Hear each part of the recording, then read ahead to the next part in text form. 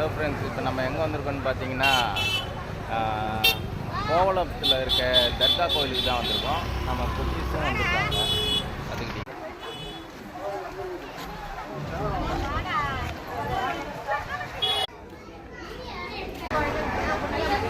வா வா வா வா.